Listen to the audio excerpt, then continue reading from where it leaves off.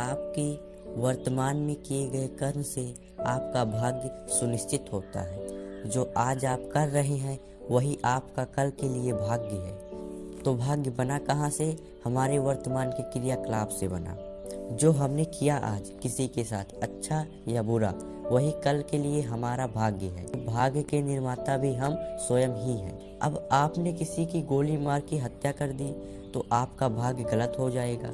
आपको जेल जाना पड़ेगा, वहाँ पर आपको यातनाएं दी जाएंगी, तो आप कहोगे कि मेरे तो भाग्य में कष्ट है। तो कष्ट भी तुम्हारे ही कर्मों से आया। और आपने किसी भूखे को भोजन कराया, उसने भोजन किया, उसको तृप्ति मिली, कल को वह बड़ा आदमी बन गया और उसने आपको कहीं देखा, उसको याद आया कि आपने उसको भोजन कराया था जब उसके पास कुछ भी नहीं था, तो उसने आपको भी अपने साथ रख लिया, आपको भी सफलता की उस उच्चतम शिखर तक ले गया जहाँ पर वह स्वयं है। तो जीवन में आपका उत्थान हो रहा है तो इसके भी जिम्मेदार आप स्वयं हैं, क्योंकि आपने कभी अच्छा किया था तो उसका फल आपको मिला। जैसे आपने पढ़ाई के समय पढ़ाई की तो आप एनडीए क्रैक करके अधिकारी रैंक पर सेलेक्ट हो गए।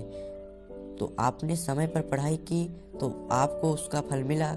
अब कोई बोले मैं तो कलेक्टर नहीं बन पाया, या तो आपने पढ़ाई नहीं की, उतनी मेहनत नहीं की जितनी करनी चाहिए थी। तो कोई बात नहीं, प्रयासरत रहो।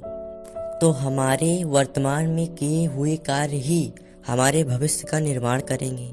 ईश्वर ने हम सबको सब कुछ बराबर दिया है। 2 हाथ हमारे, 2 हाथ आपके, 2 पाँव हमारे, 2 पाँव आपके। ईश्वर का बंटवारा एकदम परफेक्ट है। किसी को कोई भी चीज कम ज्यादा नहीं दी है। भगवान ने सबको 2 आंख दिए। किसी ने उन आंखों का प्रयोग ईश्वर को देखने के लिए किया तो किसी ने उनका प्रयोग गलत चीजों को देखने में किया। तो सिर्फ देखने का फर्क है।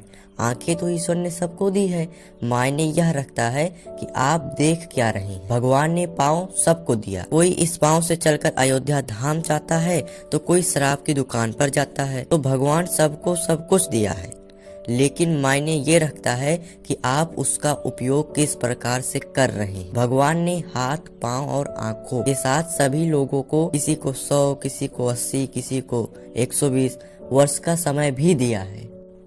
इस समय का सदुपयोग करके कोई राम बन जाता है तो कोई इसी समय का दुरुपयोग करके रावण बन जाता है। सुनिश्चित आपको करना है कि समय का सदुपयोग करके राम बनना है कि इसी समय का दुरुपयोग करके रावण बनना है।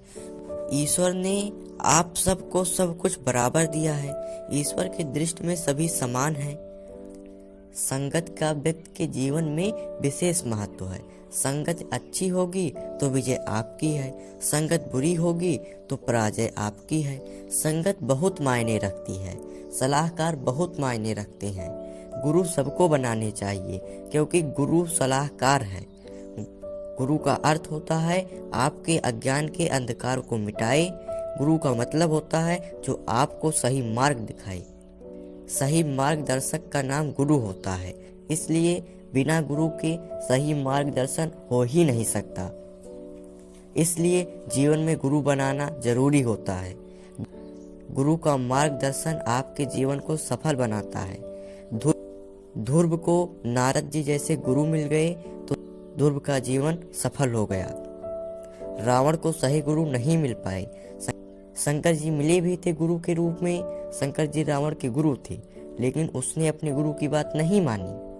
हनुमान जी के रूप में शंकर जी ही तो गए थे रावण को समझाने। आप जब हनुमान चालीसा पढ़ते हैं तो उसमें एक चौपाई आती है कि शंकर स्वयं केसरी नंदन, अर्थात शंकर जी ही हनुमान जी हैं। वह 11वें रुद्र अवतार हैं। हनुमान जी तो गए थे उसे समझाने कि मान जा, सीता माता को लौटाकर श्री राम के चरण पकड़ ले, लेकिन वो नहीं माना तो परिणाम उसके सामने आ गया। अब आप गुरु तो बनाए हैं लेकिन उनकी बात ही नहीं मानते तो क्या फायदा है गुरु बनाने का। रावण त्रिकालदर्शी था। वो जानता था कि हनुमान जी के रूप में हमारे गुरु स्वयं शंकर जी ही हैं। वो कहता है, स्वयं कहता है कि मिला हमें कपि गुरु बड़ ज्ञानी। वो इस बात को स्वीकार करता है कि हनुमान जी उसके गुरु हैं, लेकिन गुरु की बात नहीं मानी। कुछ अभिमान के वशीभूत होकर और कुछ अपने कुल को भवसागर के पार उतारने के लिए। ऐसे ही कथा प्रसंगों का श्रवण करने के लिए हमारे चैनल को सब्सक्राइब करना न भूलें। धन्यवाद।